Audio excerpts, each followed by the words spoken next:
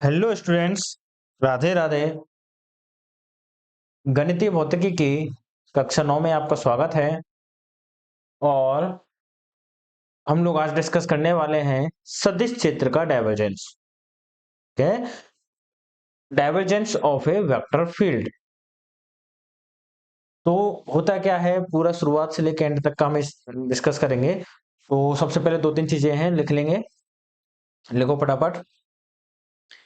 Divergence हमेशा सदिश राशियों का ज्ञात किया जाता है। डाइवर्जेंस हमेशा सदिश राशियों का ज्ञात किया जाता है।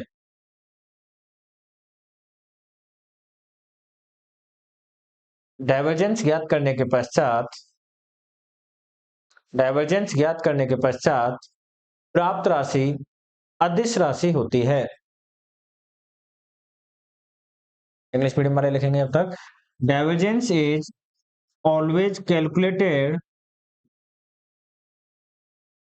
ऑफ ए वेक्टर क्वांटिटी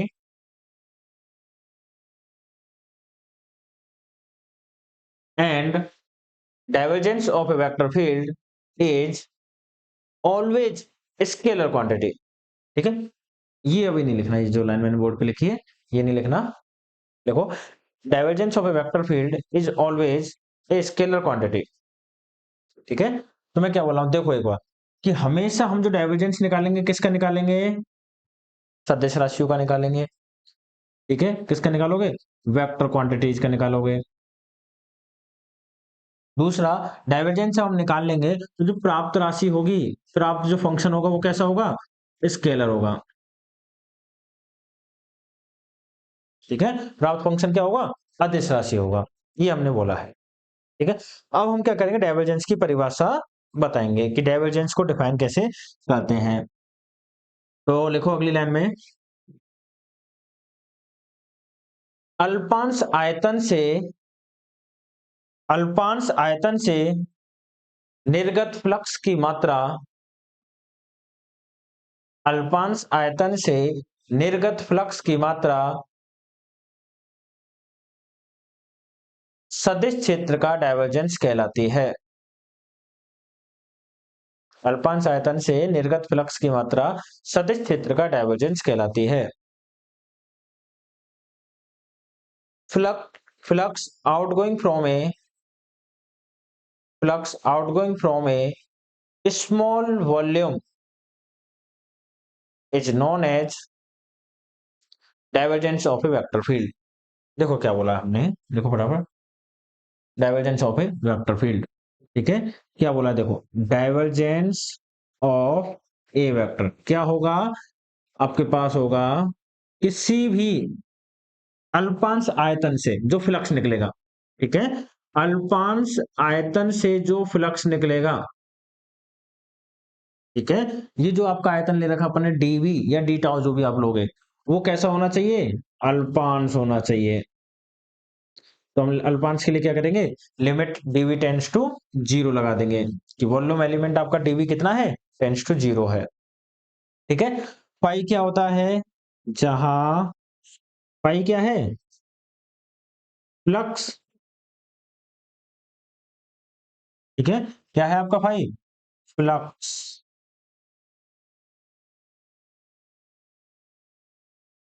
ठीक है, तो फ्लक्स क्या होता है अपने पास? पाई बराबर के, देखो किस वेक्टर के लिए निकालो? ए वेक्टर के लिए। तो क्या करोगे, किसी बंद पृष्ठ से अपन क्या करोगे, यही होता है फ्लक्स की डेफिनेशन। ठीक है, पढ़ी होगी फर्स्ट ईयर में, A vector dot D S vector. तो यहां से आपकी डाइवर्जेंस की डेफिनेशन क्या निकल के आएगी? Limit dv tends to zero, close integration a vector dot ds vector बटे dv।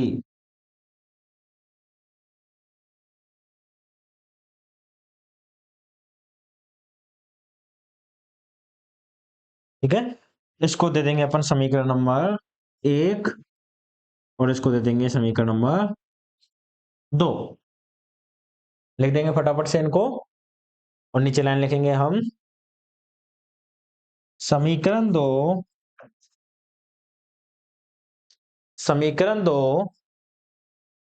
सदिश क्षेत्र की डाइवर्जेंस का सदिश क्षेत्र के डाइवर्जेंस का सॉरी सदिश क्षेत्र के डाइवर्जेंस की परिभाषा को व्यक्त करता है। ठीक है, equation two represent definition of divergence of a vector field. ठीक है, तो हमने यहां से क्या बोला है कि किसी भी सदिश क्षेत्र का जो डाइवर्जेंस होगा वो कितना होगा। एक तो देखो याद रखनी है अपन को डेफिनेशन, अगर ये डेफिनेशन याद है तो इसका डेरिवेशन अपन आसानी से कर सकते हैं। ठीक है, ए वेक्टर डॉट डीएस वेक्टर, तो सबसे पहले मुझे ए वेक्टर डॉट डीएस वेक्टर निकालना होगा, मतलब कि फ्लक्स निकालना होगा। जब मैं इसका डेरिवेशन अभी करूंगा तो डेरिवेशन के लिए मुझे क्या चाहिए, फ्लक्स निकालना होगा, और फिर फ्लक्स के लिए मैं क्या करूंगा, उसमें डीवी का भाग दे दूंगा।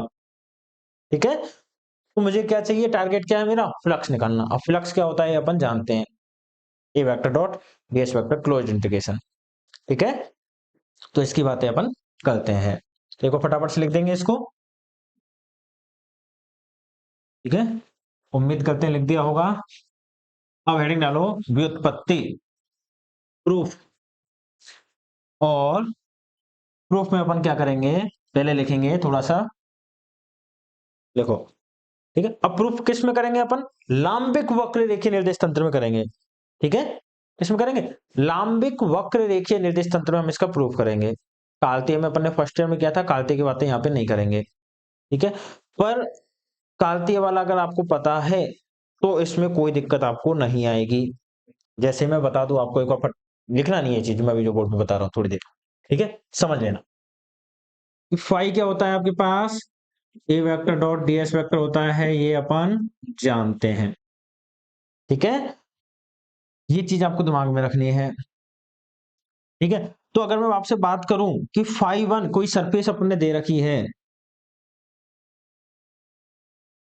ठीक है, ये आपको dx है, ये आपकी dy है, तो यहां से जो फ्लक्स निकलेगा उसकी डायरेक्शन क्या होगी, अगर परपेंडिकुलर निकल रहा है तो क्या डायरेक्शन होगी, जेड वाली। ठीक है, तो यहां से जो फ्लक्स निकलेगा वो क्या होगा, A Z D Y sorry D x D Y.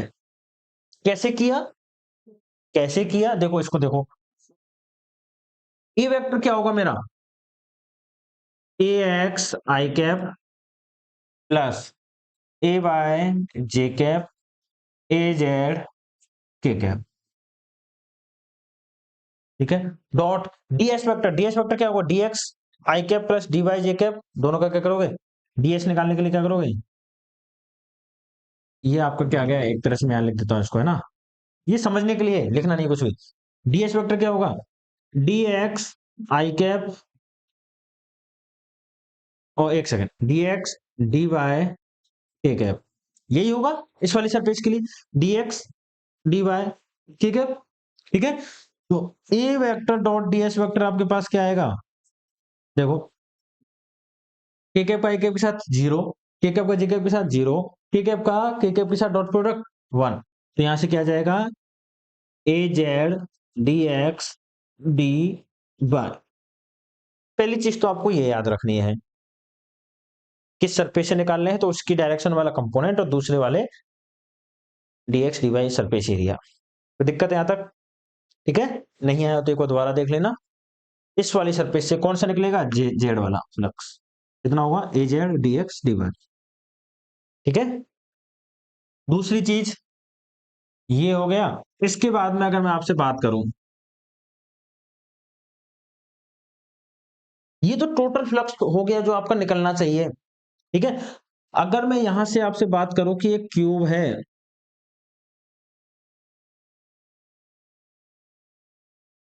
ठीक है,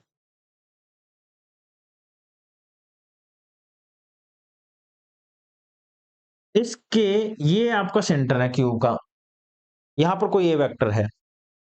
ठीक है, अच्छा दूसरा बना, दूसरा डायग्राम बनाते हैं इसका ताकि आपको दिखे।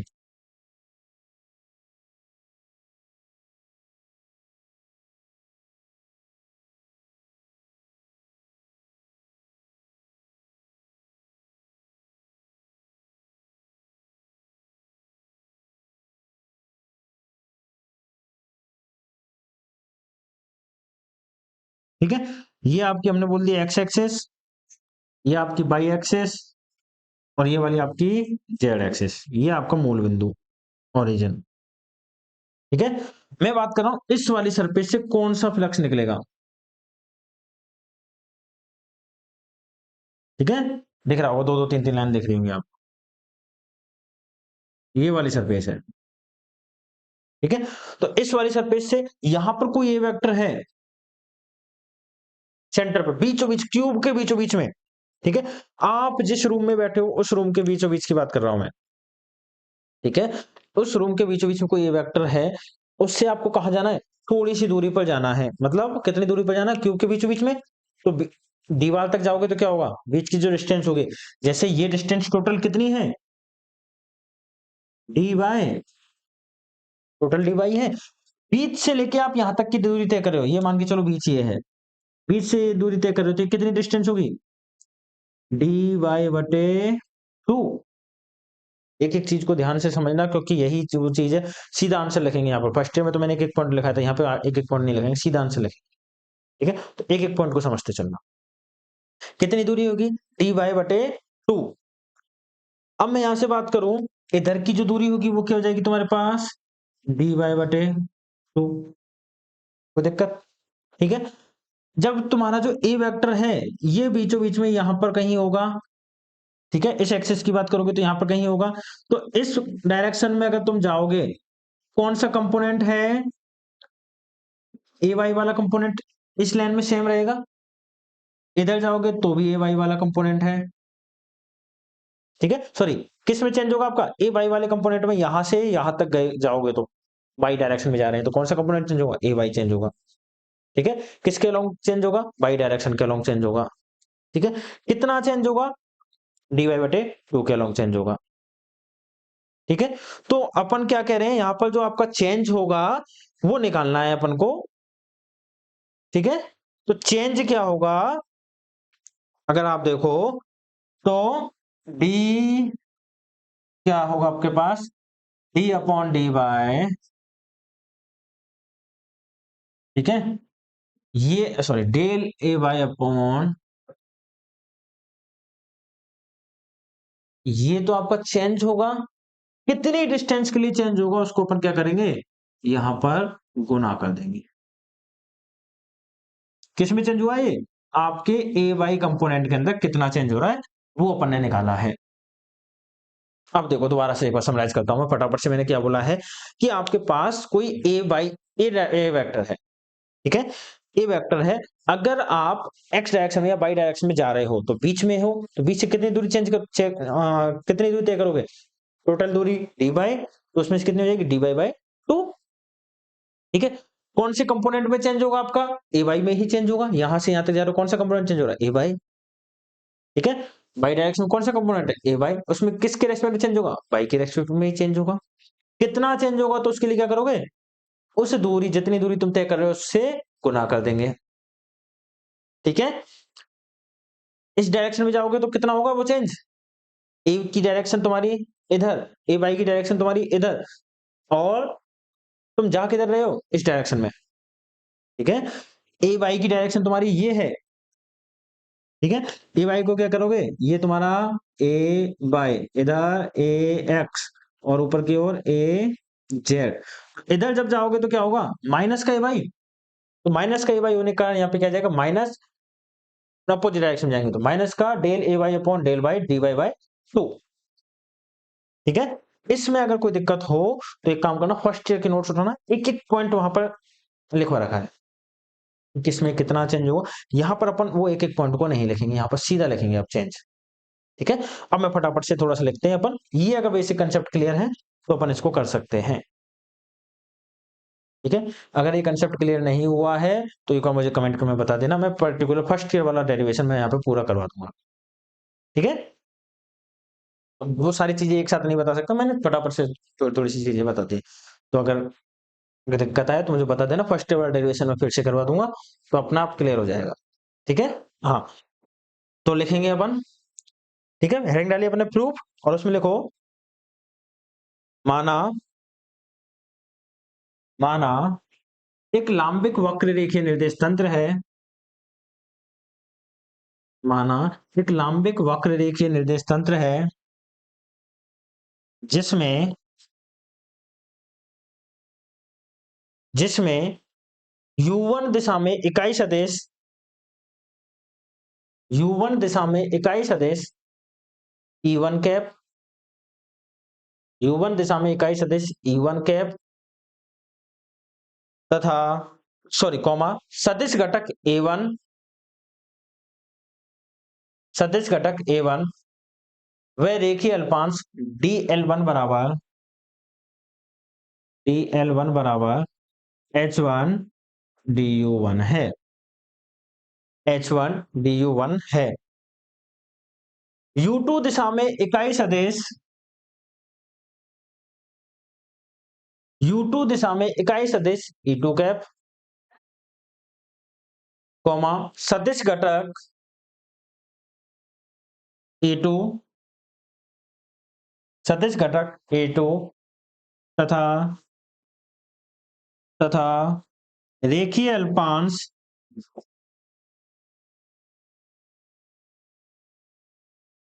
dl2 बराबर h2 du2 है। u3 दिशा में इकाई सदिश e3 cap,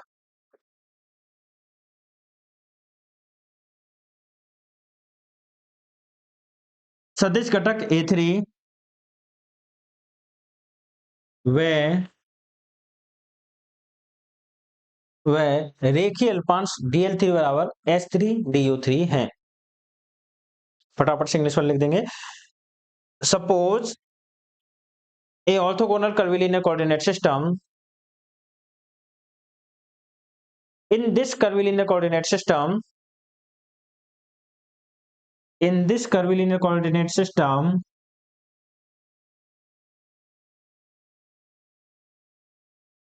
unit vector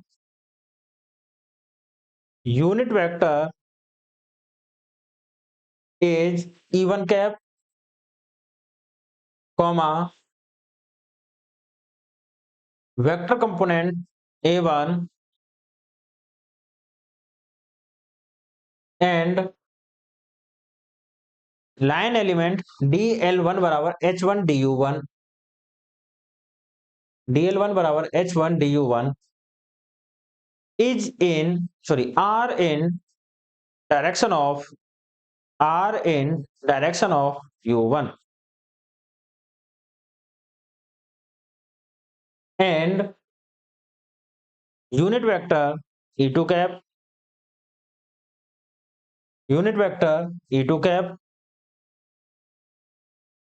comma vector component a2 and line element dl2 equal to h2 du2 are in direction of u2 and unit vector e3 cap comma vector component a3 and line element dl3 बराबर dl3 equal to h3 du3 are in direction of u3। ठीक है, ये हमने लिखा। अब हम इसका एक बार डायग्राम बनाएंगे। तो देखो, डायग्राम बनाने के लिए मैं क्या करता हूं, डायग्राम जब भी बनाओगे तो देखो क्या करना है। सबसे पहले क्या करोगे, एक क्यूब बना लेंगे अपन। क्या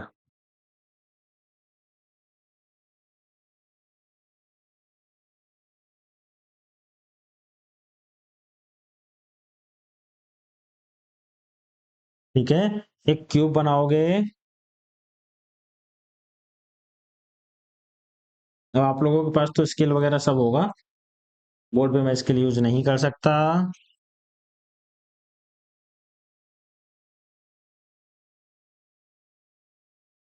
थोड़ा सा एक्यूरेट से बनाना। एंड हाँ, एग्जाम में भी अगर तुम बना रहे हो तो पेंसिल का यूज जरूर करना।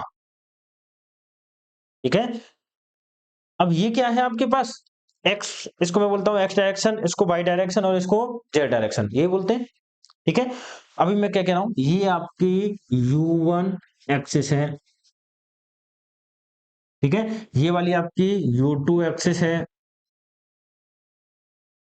ठीक है, और ये वाली आपकी u3 एक्सिस है। ठीक है, अब अगर आपको वक्र रेखीय में बनाना है, कर्वीलिनियर कोऑर्डिनेट सिस्टम में बनाना है, ठीक है, तो यहीं से, अभी बनाना नहीं है, एक बार समझ लो इसको। ठीक है, यहीं से मैं क्या करूं, एक कोशिश करूं। ठीक है, कैसे कोशिश करेंगे, देखो ये लाइन आपकी इस तरह से होता है वक्र रेखीय, वो एक क्यूब को वक्र रेखीय में बनाने के लिए क्या करोगे, क्यूब्स बनाओगे। कैसे, कर्व के रूप में। ठीक है, ये एक सरफेस बनी जिसकी ये क्यूब है। ठीक है, ये वाली सरफेस बन गई। तो ऐसा ही एक सरफेस मुझे सामने बनाना होगा इसके। ठीक है,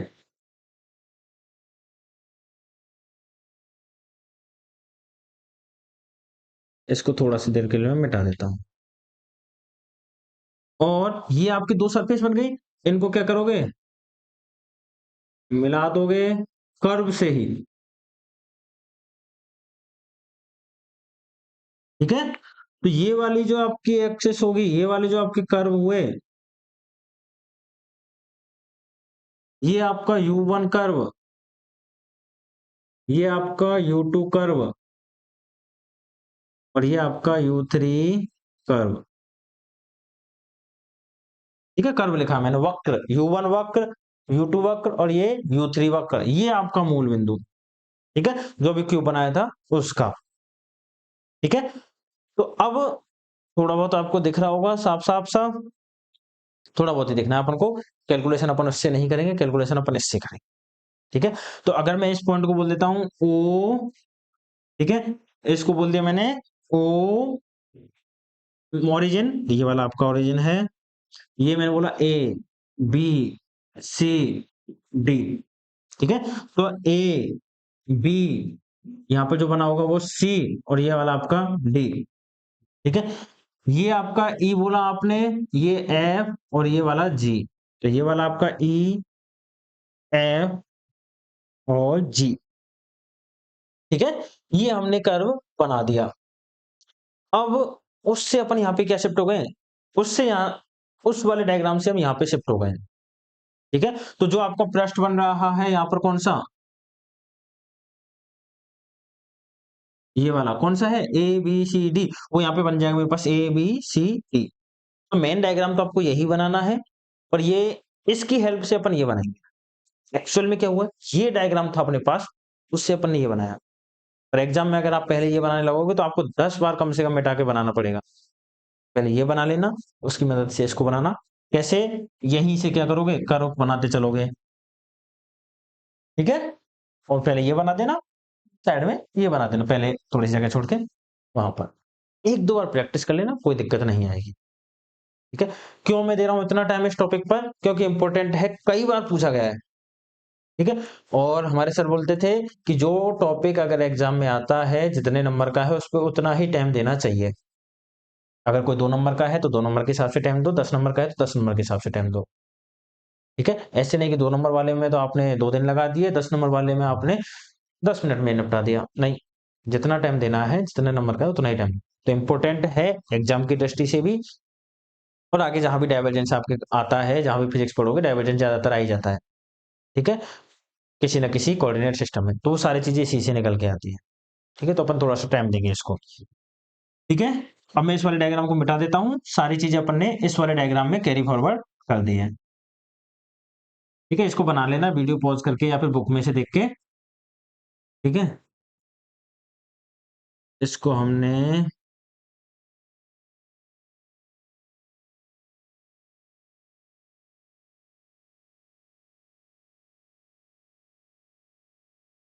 ये पॉइंट दिया था ए बी सी डी। ठीक है, वही वापस से क्यूब आ गया। ठीक है, ये पॉइंट कौन सा होगा, देखो उसी डायग्राम में बातें चल रही है अब। u1 की डायरेक्शन में, अभी बोला था हमने क्या होगा, u1 की डायरेक्शन में जो आपका वेक्टर कंपोनेंट होगा, u1 की डायरेक्शन में कौन सी जो अपने पास होगा वेक्टर कंपोनेंट, वो कौन सा होगा, a1 होगा। ठीक है, इसको अपन यहां बनाता हूं मैं, ये कौन सा होगा, a1 u1 की डायरेक्शन में, u2 की डायरेक्शन में a2 और u3 की डायरेक्शन में a3। ये डायरेक्शन कौन सी है, e1 कैप, ये वाली e2 कैप और ये वाली e3 कैप। और रेखीय अल्पांश जो अपन ले रहे हैं, रेखीय अल्पांश ओ बी कितना होगा, dl1। ठीक है, ये कितना होगा, dl2 और ये वाला dl3। ठीक है, क्या क्या होंगे, सारे पॉइंट्स अपन के समझ में आ गए हैं। तो ये डायग्राम आप एक बार बना लेंगे। ठीक है, तो मैं यहाँ पर dl1 dl2 dl3 के मान फटाफट से लिख देता हूँ। dl1 कितना होगा, h1 du1 dl2 h2 du2 dl3 h3 du3। ये हमने इसमें लिखा है, ये वही ऊपर वाले वक्र रेखे जो हमने यहाँ पे डायग्राम बनाया था उसके अंदर सारी चीजें चल रही हैं। ये बस मैंने रेफरेंस के लिए बनाया है। ठीक है, तो जब डायग्राम अगर एक बनाते हैं तो ये वाले लाइन बना देना, ये दोनों डायग्राम कैसे हैं, इक्विवेलेंट हैं। ठीक है, उम्मीद करता हूं आज के लिए इतना काफी होगा। कल हम लोग जो मैंने बताया था अभी, जो थोड़ी सी बेसिक की बातें की थी, उनकी बातें करेंगे। ठीक है, तो क्या करना है, यहां तक का ये लिखने के बाद में सबसे पहला काम क्या करोगे, फर्स्ट ईयर में जो हमने पढ़े थे, अच्छा फर्स्ट ईयर में जिसने क्लासें नहीं ली हो वो क्या करे, वो रहने दे, कल समझ ले एक बार ढंग से। तब भी समझ में नहीं आया तो मैं फर्स्ट ईयर वाला टॉपिक पढ़ा दूंगा। पर जिसने भी फर्स्ट ईयर में क्लासें ली थी वो अपने फर्स्ट ईयर वाले नोट्स को देख के आए। ठीक है, कल हम लोग जो चेंज लिख रहे हैं, मैंने बोला था कि देखो ए वेक्टर में a1 में कितना चेंज होगा, किसकी डायरेक्शन में, सीधा लिखेंगे कितना होगा, फ्लक्स कितना होगा a1, सॉरी फ्लक्स कितना होगा, मैं बात कर रहा हूँ phi1, चेंज भी बात नहीं करेंगे हम, सीधा फ्लक्स लिखेंगे कितना होगा a1 की डायरेक्शन में क्या था, ax dy dz, तो a1 dl2 dl3, इसमें चेंज देखो, ए की डायरेक्शन भी ये है, इवन कैप की डायरेक्शन भी ये है, तो क्या होगा, जुड़ जाएगा, कितना होगा 1/2 डी, सॉरी डेल, डेल यहां पर आएगा अपने पास a1 del u1 h2 h3 du2 du3, ये आपके पास चेंज निकल के आएगा। और एक second, h2 h3 du1 du2 du3। ठीक है, ये आपके पास चेंज निकल के आएगा किसकी डायरेक्शन में, इसकी डायरेक्शन में। तो अगर आपने पढ़ रखा है तो बहुत अच्छी बात है, नहीं पढ़ रखा, ये फाइव डैश बोला मैं, है ना, करेंगे अपन इसकी बात है, डिटेल में करेंगे। ठीक है, तो क्या करना है, फर्स्ट ईयर में जो कार्तीय निर्देश तंत्र पढ़ा था वो अगर पढ़ रखा है फिर तो कोई दिक्कत ही नहीं, फिर तो सीधा सीधा हो जाना है। ठीक है, एक्स को अपन u1 से रिप्लेस कर देंगे, y को u2 से, z को u3 से, सेम हो जाएगा। पर अगर वो नहीं पढ़ा है तो कल की क्लास में एकदम डिटेल में ध्यान से देखना पड़ेगा और फिर हम आगे का डिस्कस करेंगे।